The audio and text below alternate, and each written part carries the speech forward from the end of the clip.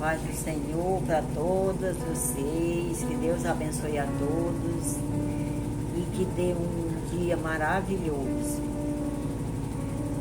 Vamos hoje aqui para mais um evangelho em Lucas 7, versículo 11. É o filho da viúva de Naim. E aconteceu pouco depois, e ele a cidade chamada Naim, e com ele iam muitos dos seus discípulos, uma grande multidão. E quando chegou perto da porta da cidade, eis que levavam um defunto filho único de sua mãe, que era viúva, e com ela ia uma grande multidão da cidade. E vendo ao Senhor, moveu-se de íntima compaixão por ela e disse-lhe: não chore. E chegando-se, tocou o esquife, e os que o levavam pararam. E disse: mancebo, a ti te digo, levanta-te. E o defunto assentou-se e começou a falar, e entregou-o à sua mãe. E de todos se apoderou o temor, e glorificavam a Deus, dizendo: um grande profeta se levantou entre nós, e Deus visitou o seu povo, e correu dele esta fama por toda a Judéia e por toda a terra circunvizinha. Esta palavra aqui do filho da viúva de Naim era uma senhora que ela tinha só um filho. Ela era viúva e tinha só esse filho, um único filho. Então o filho dela morreu, ela ficando sozinha. Ela ia ficar sozinha sem ninguém.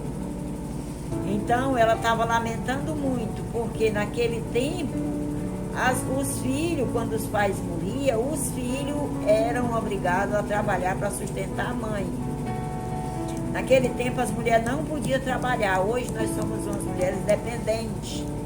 Podemos trabalhar, podemos fazer tudo que um homem faz, nós podemos fazer também em trabalho.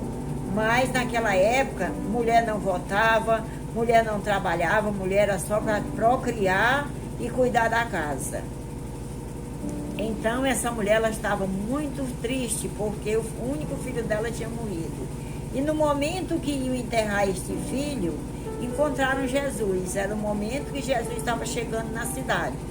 Então Jesus, quando ele viu aquela mulher, aquela tristeza dela, talvez fazendo clamor por ter perdido o único filho, Deus se encheu de íntima compaixão e foi até a ela e disse para ela: não chores. Por que Deus disse não chores? Porque ali ele ia resolver o problema dela. Muitas vezes Deus diz para nós: não chore, que eu resolvo o teu problema, mas nós continuamos chorando, porque nós não ouvimos a palavra de Deus, nós não ouvimos o recado do Senhor.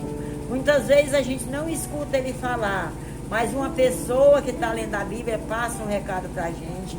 Muitas vezes um profeta, porque ainda existe profeta na terra, diz para a gente o que Deus falou para a gente fazer, e a gente simplesmente não acredita, deixa para lá.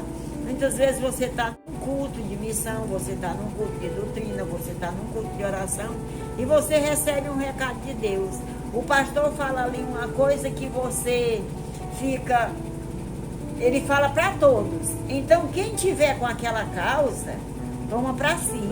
Não é só eu, não é só o que está do meu lado. Às vezes várias pessoas ali estão precisando de uma resposta. E o pastor, no meio daquele culto, daquela oração, ele dá a resposta. Deus usa ele para dar resposta para a gente. E muitas vezes a gente não está nem aí, não está nem prestando atenção o que o pastor está fazendo. Por isso é que eu sempre falo na minha explicação do Evangelho, que quando for para a igreja, vá para a igreja, vá para ouvir, vá para receber.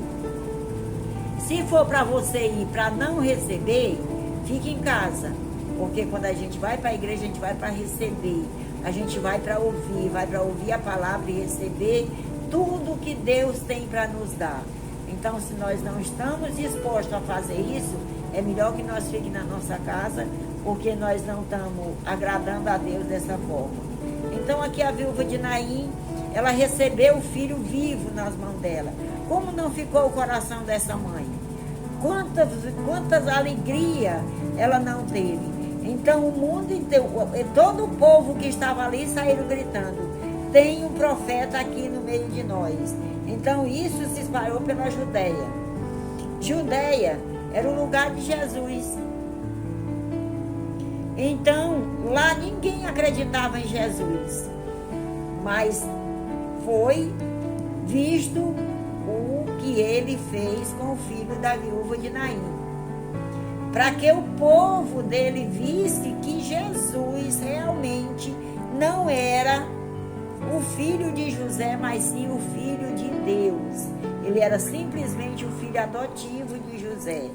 Ele era filho mesmo de Deus, que Deus fez, por obra do Espírito Santo, ele nascer de Maria.